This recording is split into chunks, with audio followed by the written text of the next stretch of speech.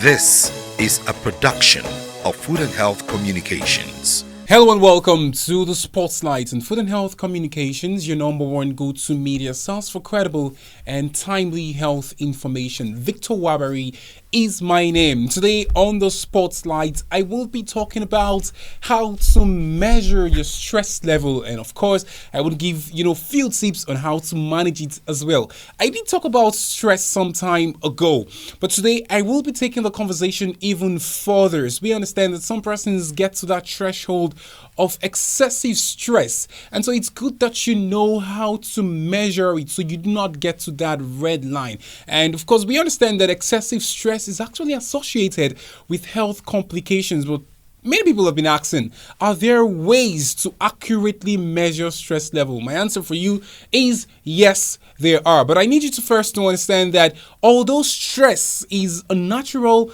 and inevitable part of life, many people feel that they're experiencing excessive stress level. However, there is no objective way to define excessive stress because many people find it hard to express or quantify their stress. So what might be excessive for you might just be minimal to another person, and what might be minimal for another person might just be excessive stress for you. So there is actually no, clear objective way to define excessive stress, but there are a few methods for measuring stress, and these are the things we're going to be looking at, starting from the biomarkers, which in other words, physiological responses, and also look at how to assess how your body responds to the stress. Now, the first big question becomes, how can you measure stress? If there are ways to measure stress, how can you measure stress? Well, the truth is that I have two components that I will be sharing for you. There are two components I will be sharing with you. There are two components to measure stress.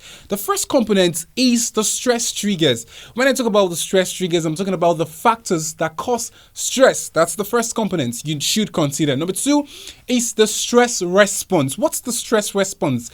The stress response is how you respond to the stress triggers on an emotional, on a biological, and a cognitive level. Now, when we talk about measuring stress, we tend to be talking about measuring triggers or responses. So these are the two components we will be considering, either the triggers or the responses. Now, measuring stress triggers can include taking stock of the major life changes you've been under, right? However, everybody responds to triggers differently. So the way I would respond to my stress triggers will not be the way you might be, responding to your own stress triggers. But events that might be very stressful for one person can be easily manageable for the other person, just like I said earlier. But the following ways to measure stress look specifically at measuring your stress response, because I said it's actually peculiar to you, right? So it's looking at the way, your stress response affects you.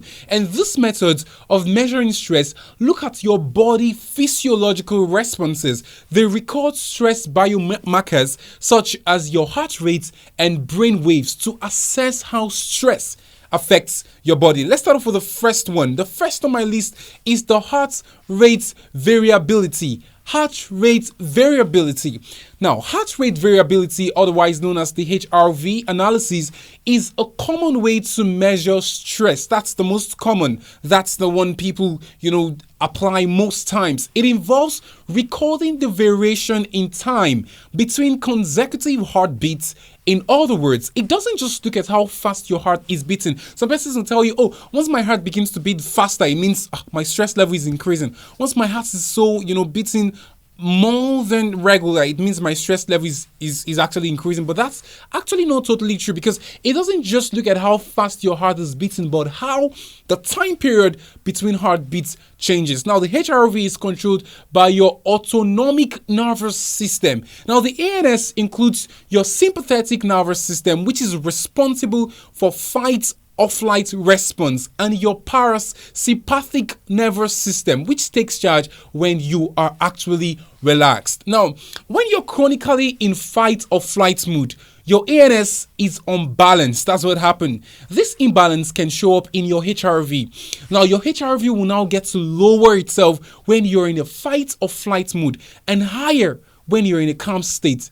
So high HRV is associated with stress resilience and improved cardiovascular health. Now, a healthcare professional can check your HRV via an electrocardiogram. Yes, so if you want to check it out, you could visit a healthcare professional and they will check it out for you. But personal wearables such as, chest strap monitors can also measure your HRV. That's the first way. The second way to do that, to measure your stress level, is through brain waves.